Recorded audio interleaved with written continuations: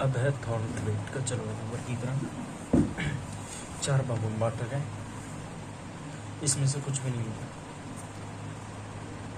इसमें से कुछ भी नहीं लिखना।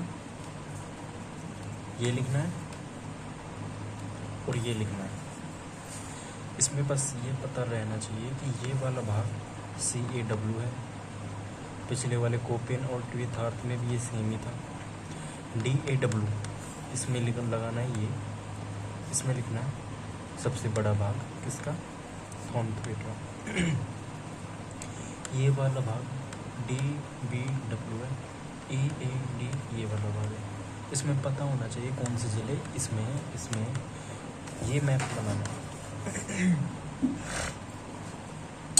एक बार इनका ये पढ़ लेना, इसमें कौन से ज़िले हैं ना, बनाने नहीं है, ये नहीं बनाना।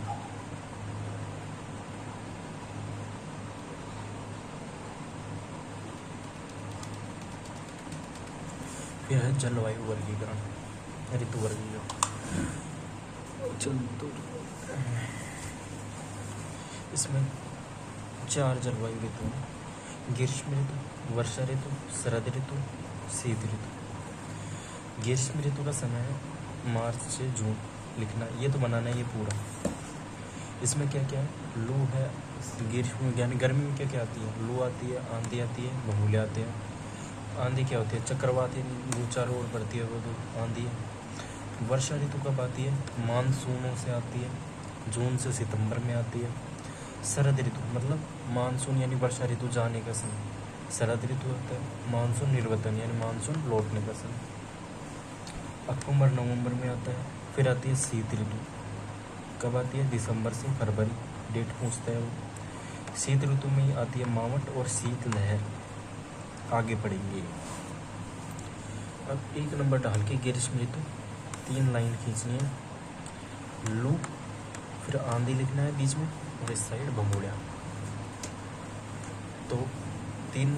अब इसके बाद क्या करना है, लू के नीचे क्या लिखना है, ग्रीष्म ऋतु में चलने वाली गर्म शुष्क हवाओं को लू कहते हैं। मतलब लू क्या है, गर्म शुष्क हवा, बस लू के नीचे लिखना है गर्म शुष्क हवा, ठीक है। फिर कारण, साइड में कारण लिखना है, हवाओं का क्षैतिज या अभिवहनीय प्रवाह, ये भी लिखना है। कारण हवाओं का क्षैतिज या अभिवहनीय प्रवाह यानी सीधी बहती हैं। क्षैतिज का मतलब हवाओं का सीधा बहना, ऐसे ऐसे बहना, ठीक है। फिर सर्वाधिक लू लिखना है बाड़मेर, लू के नीचे लिखना है फिर बाड़मेर। ऑटोमेटिक पता चल जाएगा बाड़मेर में सबसे ज़्यादा लू चलती है, ठीक है। फिर आती है आंधी, सेकंड में आंधी आती है, धूल भरी आर्द्रता हवा। आंधी के नीचे लिखना है धूल भरी आर्द्रता युक्त हवाएं, ठीक है, आंधी के नीचे। कारण हवाओं का संवहनीय प्रवाह है। धूल भरी आर्द्रता युक्त हवाओं के नीचे लिखना है हवाओं का संवहनीय प्रवाह है। फिर पश्चिम से उत्तर पूर्व की ओर, ये भी लिखना है। दिशा पश्चिम, वो तो दिशा मत लिखो, बस यही लिखना है पश्चिम से उत्तर पूर्व की ओर। पता चल जाएगा कि भाई आंधी इस साइड चलती है, पश्चिम से उत्तर पूर्व की ओर। फिर गंगानगर में 27 दिन, तो लिखना है आंधी के नीचे गंगानगर 27 दिन। पता चल जाएगा कि आंधी सबसे ज़्यादा गंगानगर में आती है और कितने दिन आती है, 27 दिन आती है। फिर लू के बारे में ये बोल रहा है कि तापमान को बढ़ाती है, तो लू के नीचे ही लिखना है तापमान। तापमान लिख दिया, लू लिखा ही हुआ है, बाकी चीज़ लिखी हुई, तापमान लिखा, तापमान और बढ़ाती है तो लू ऐसे करना है। आंधी क्या करती है, तापमान कम करती है, तो आंधी लिखा ऊपर लिख ही रखे हैं, तो तापमान लिखा और इसको ऐसे कर दिया, तो पता चल जाएगा आंधी तो तापमान को कम करती है, लू बढ़ाती है। क्योंकि लू जो है गर्म हवाएं होती है, आंधी क्या होती है, हवा होती है लेकिन आर्द्रता युक्त हवाएं होती है। देखो आर्द्रता युक्त धूल भरी, आर्द्रता का मतलब होता है बारिश वाली, तो जैसे ही वो आंधी आती है ना, सर्दी लगती है, बारिश वाली आती है ना, इसलिए। फिर तीसरा है भमूलिया। भमूलिया में क्या लिखना है, नीचे धूल भरी चक्रवाती हवा, भमूलिया कहते हैं। तो केवल चक्रवाती हवाएं लिखना है बहुमूल्य में, केवल धूल भरी भी नहीं लिखनी, चक्रवाती से ही पता चल जाएगा। चक्रवाती हवाएं केवल बहुमूल्य में होती हैं, तो इसको लिखना है। के कारण किस कारण से होते हैं कि बीच में तो वायुदाब कम होता है कि चारों ओर ज़्यादा, यानी केंद्र में निम्न वायुदाब, परिधि में उच्च वायुदाब लिखना है बहुमूल्य के नीचे, केंद्र में कम, परिधि में ज़्यादा। फिर बीकानेर बहुमूल्य में नीचे नीचे लिखना है, बीकानेर पता चल जाएगा, बीकानेर में सबसे ज़्यादा बहुमूल्य आते हैं।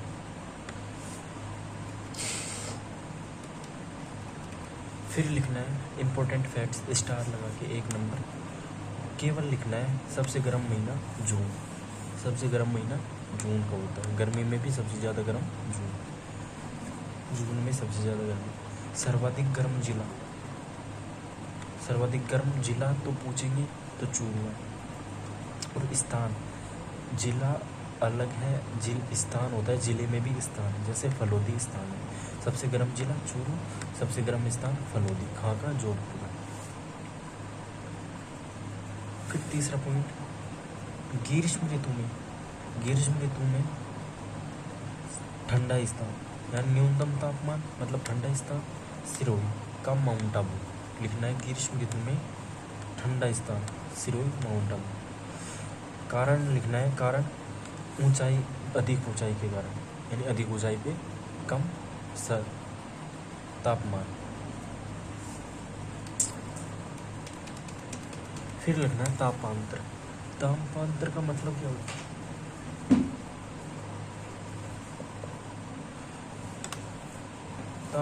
तापांतर का मतलब होता है कि दिन का तापमान, जैसे दिन में गर्मी पड़ी और रात का तापमान, फिर रात में अगर सर्दी पड़ी तो उसका अंतर तापांतर, यानी दिन में अलग ज़्यादा गर्मी, शाम को सर्दी।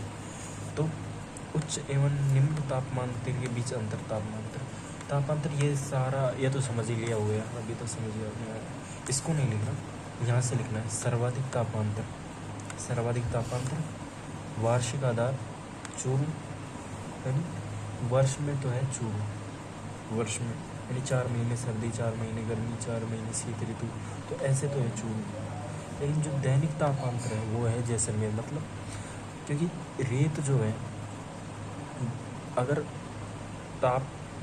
सूर्य की धूप पड़ेगी तो रेत बहुत जल्दी गर्मी हो जाएगी, गर्म हो जाती है, और जैसे ही शाम होती है तो सबसे बहुत ज़्यादा ठंडी हो जाती है।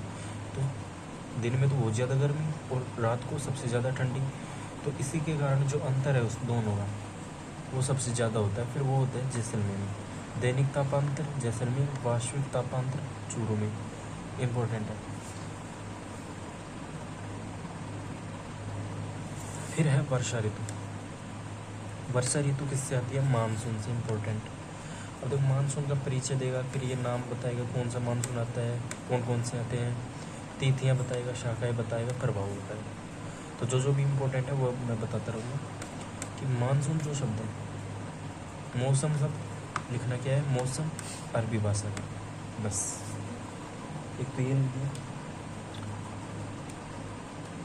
फिर राजस्थान में मानसून लिखना है, अगली लाइन में राजस्थान में मानसून, तीर का निशान दक्षिण पश्चिम मानसून, जो हिंद महासागर से आता है। राजस्थान में मानसून केवल जो मैं बोल रहा हूँ वही लिखना है, राजस्थान में मानसून, दक्षिण पश्चिम मानसून, जो हिंद महासागर से आता है, बस इतना ही लिखना है।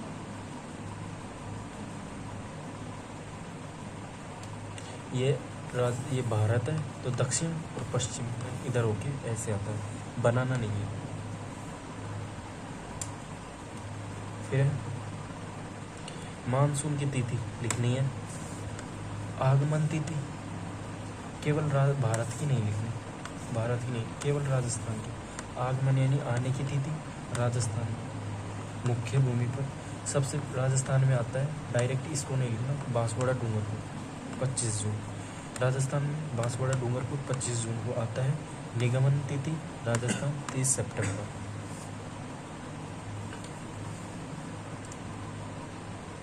अगली लाइन में आता है मानसून के आगे से ऐसे लिख के देरी से आना, जल्दी लौटना, यानी पहली बात तो देरी से तो आता है और जल्दी लौट जाता है। फिर ये भारत के संदर्भ में RS की चीज़ होगी, तो इसको भी नहीं भूलना। फिर लिखनी है मानसून शाखाएं। मानसून दो शाखाओं में से आता है, मतलब कैसे एक बारी ऐसे आ गया, फिर एक बारी ऐसे घूम के आ गया, तो ये वाली शाखाएं हुई। तो जैसे एक बारी समझने के लिए, जो ये भारत है, अगर यहाँ पे अरब सागर है, इधर बंगाल की खाड़ी है, अगर यहाँ से मानसून आता है, हवाएं चलती हैं और यहाँ से बारिश होती हुई आती है, तो ये तो होती है अरब सागरीय शाखा। अगर बंगाल की खाड़ी से हवा चलती है और इधर से आती है, तो ये हो गया बंगाल की खाड़ी वाला। और जो बंगाल की खाड़ी से आता है मानसून, तो हवाई जो चलती है बंगाल की खाड़ी से आने पर, हवाई जो चलती हैं उनको कहते हैं पुरवाइयाँ। इम्पोर्टेंट है, आगे लिखें। तो लिखना क्या है, ये तो बनाना ही है पूरा। मानसून शाखा, अरब शाखा, और डायरेक्ट इसमें से लिख देना, ये तो आएगा ही नहीं, अपने राजस्थान में नहीं आता। अरब शाखा की केवल हिमाचल शाखा राजस्थान में आती है। तो मानसून शाखा, अरब शाखा में, हिमाचल शाखा राजस्थान में। फिर दूसरी शाखा बनानी है बंगाल की खाड़ी, जो इधर से आती है, ये अपने राजस्थान में नहीं आता। शिवालिक शाखा या उत्तरी विशाल मैदान शाखा, ये अपने राजस्थान में आती है। तो इम्पोर्टेंट दोनों है, अरब शाखा और बंगाल। अब अरब शाखा इसी में ऐसे लिखना है, ये आ रहा है ना आगे, इसी के नीचे लिखना है कि हिमाचल शाखा मानसून की शाखा है, राजस्थान में सर्वप्रथम मानसून होते हैं, अधिक वर्षा नहीं होती क्योंकि यह अरावली के समांतर है। तीन चीज़ इंपॉर्टेंट है इसमें, जैसे पढ़ेंगे ना इसको, पहली लिखनी है इसमें ऐसे अरब सागरीय में ऐसे करके सर्वप्रथम मानसून लाते हैं। सर्वप्रथम, इससे केवल लिखना है सर्वप्रथम मानसून आते हैं, लिखना है। दूसरी लाइन लिखती है वर्षा नहीं होती, दूसरी लाइन लिखनी है वर्षा नहीं होती, इससे अरब सागरीय से वर्षा नहीं होती। फिर तीसरी लाइन लिखनी है, अब पता है वर्षा क्यों नहीं होती, तो उसका कारण लिखना, कारण अरावली के समानांतर,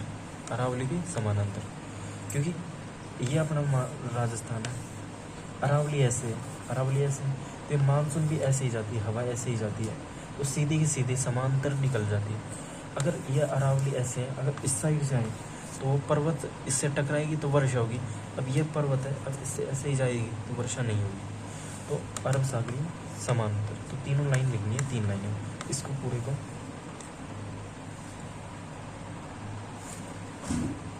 नहीं लिखना, बाकी पूरे को नहीं लिखना।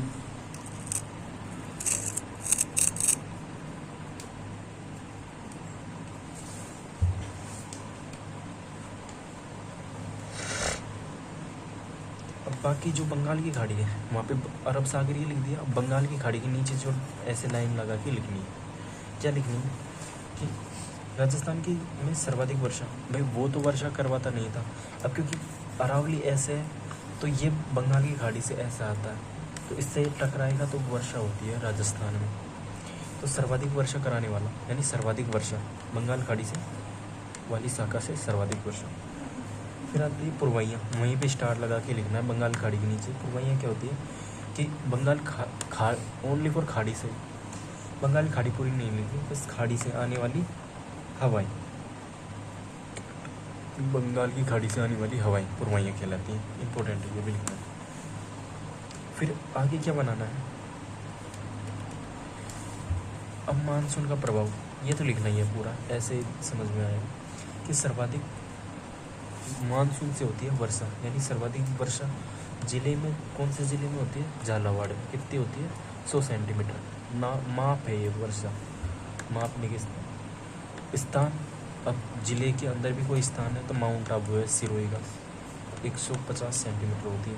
सबसे कम होती है जिला जैसलमेर में ही होगी, बीकानेर को तो हटा दो, जैसलमेर में ही होगी 10 सेंटीमीटर। स्थान, न्यूनतम स्थान भी जैसलमेर का ही है, सम स्थान 0 सेंटीमीटर, यानी वर्षा ही नहीं होती। केवल एकमात्र ऐसा स्थान जहाँ पर वर्षा नहीं होती, समगांव जैसलमेर। फिर लिखनी है राजस्थान की वर्षा 57.5 सेंटीमीटर।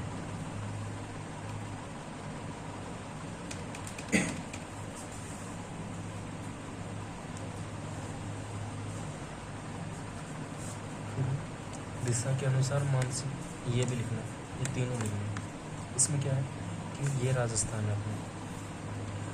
अगर मानसून की दिशा, न्यूनतम वर्षा यहीं पे होती है, सर्वाधिक वर्षा यहाँ पे होती है। मानसून की दक्षिण पश्चिम दिशा ऐसे ही आई, दक्षिण पश्चिम दिशा ऐसे आगे बढ़ने की दिशा उत्तर पूर्व की ओर। मतलब मानसून कैसे बढ़ेगा, दक्षिण पश्चिम से उत्तर पूर्व की ओर, क्योंकि हवाई ऐसे आती है सबसे पहले अरब सागर वाली सागर, तो ये तो ऐसे चलो, क्योंकि अरावली के समांतर है अरब वाली, तो वर्षा नहीं होगी इससे। अब देखो वर्षा किसी स्थान पे ज़्यादा होती है, किस सबसे कम यहाँ पे होती है, ठीक है। फिर अरावली आती है, तो अरावली के कारण यहाँ पे भी होती है, और फिर यहाँ पे सर्वाधिक होती है। तो दक्षिण पूर्व से उत्तर पश्चिम की ओर जाएंगे, यानी ऐसे जाएंगे तो वर्षा घटेगी, क्योंकि जैसलमेर की तरफ जाएंगे तो वर्षा घटेगी। तो झालावाड़ से यानी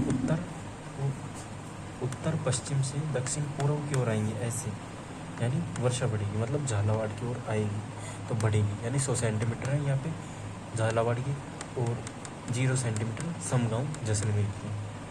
तो ये वर्षा का घटता बढ़ता क्रम याद होना चाहिए। फिर है ये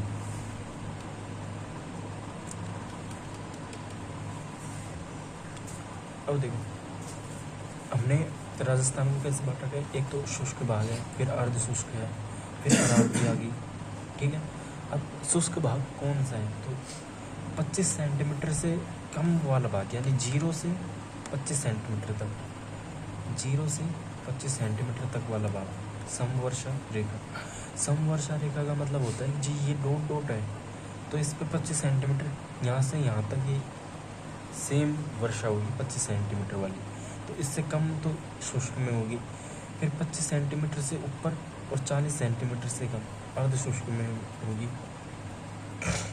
और जो अरावली के ऊपर बीचों बीच जो 50 सेंटीमीटर वर्षा है, ये अरावली का विभाजन करती है, अरावली को बीच में से काटती है 50 सेंटीमीटर। 40 अरावली के यहाँ से तो अंतिम अरावली, और यहाँ से अर्ध शुष्क स्टार्ट हो जाता है। तो ये अब समवर्षा रेखा क्या, एक समान वर्षा वाले स्थानों को मिलाने वाली रेखा, यानी समान वर्षा यानी 25 सेंटीमीटर ही होगी, इससे कम शुष्क में होगी, 25 सेंटीमीटर से अधिक अर्ध शुष्क में। फिर 40 सेंटीमीटर वाली है, 40 सेंटीमीटर से ज़्यादा इस साइड होगी, कम इस साइड। 50 सेंटीमीटर वाली अरावली को बीच बीच में से काटती है।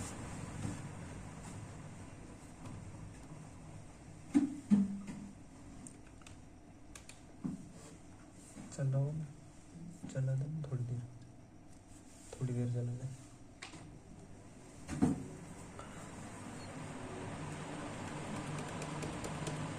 अब ये मैप बनाना है। अब इसी में जो आगे दे रखा है ये 25 सेंटीमीटर समवर्षा रेखा मरुस्थल को 2 भागों में बांटती है, तो इसी पे लिख दो मरुस्थल को 2 भागों में बांटती है। आगे लिखना है शुष्क मरुस्थल अर्ध शुष्क मरुस्थल, शुष्क मरुस्थल अर्ध शुष्क। ये 25 सेंटीमीटर वाली वर्षा के बारे में बता रहे हैं आप, यहीं पे लिख देना आप लोगों को। 2 भागों में मरुस्थल 2 भागों में बांटते हैं, शुष्क मरुस्थल अर्ध शुष्क मरुस्थल। फिर 40 सेंटीमीटर वाली वर्षा, फिर 40 सेंटीमीटर राजस्थान को 2 बराबर भागों में 40 सेंटीमीटर वाली उसमें लिखना है, जो 40 सेंटीमीटर वाली है ना वहीं पे लिखना है। राजस्थान को 2 बराबर भागों में बांटती है, पश्चिमी मरुस्थल और पूर्वी मरुस्थल 40 सेंटीमीटर। 50 सेंटीमीटर वाली अरावली पर स्थित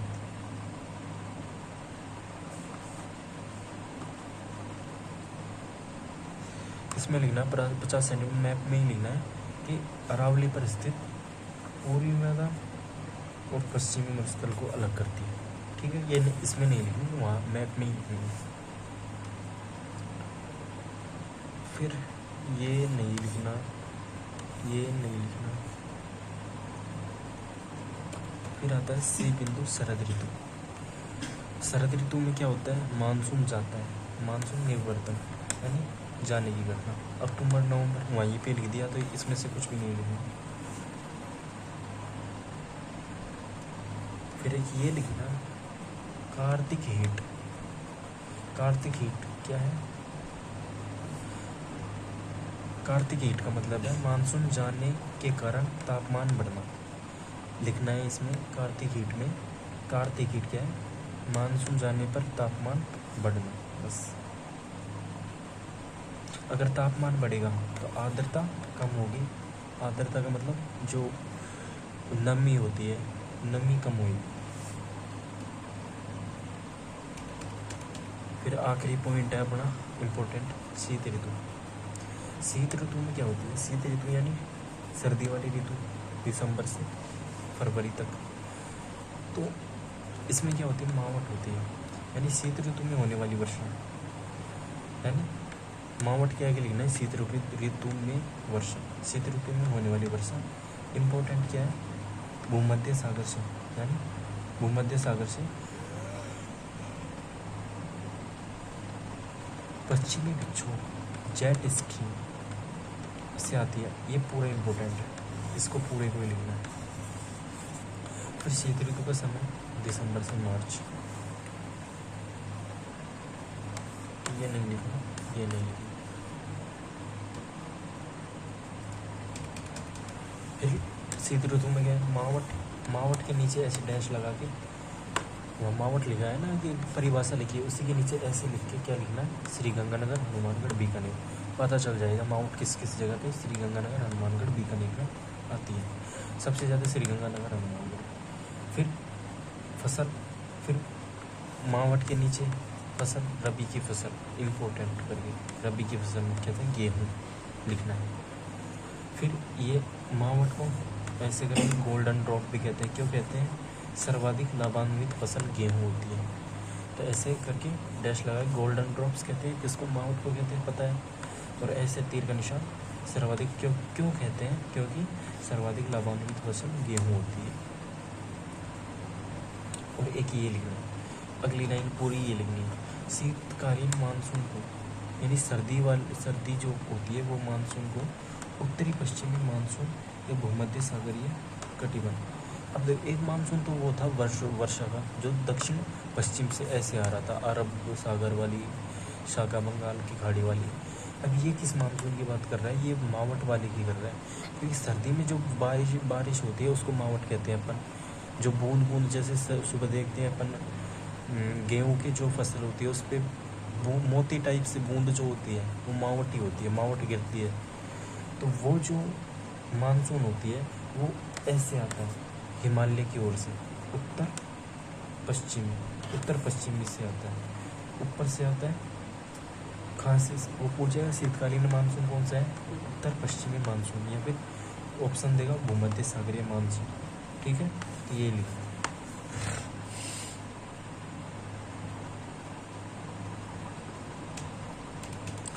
फिर एक ये पॉइंट भी लिखना है, शीत लहर क्या होती है? केवल शीत लहर पॉइंट लगा के लिखना है।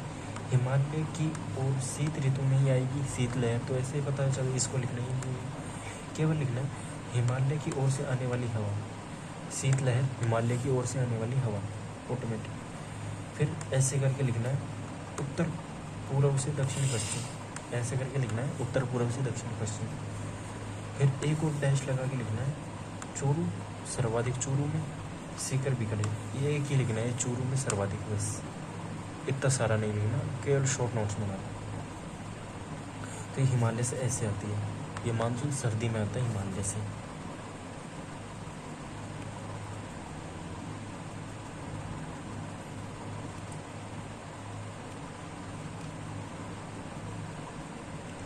फिर तो कुछ भी नहीं लिखना, और तो हो ही गया लगभग।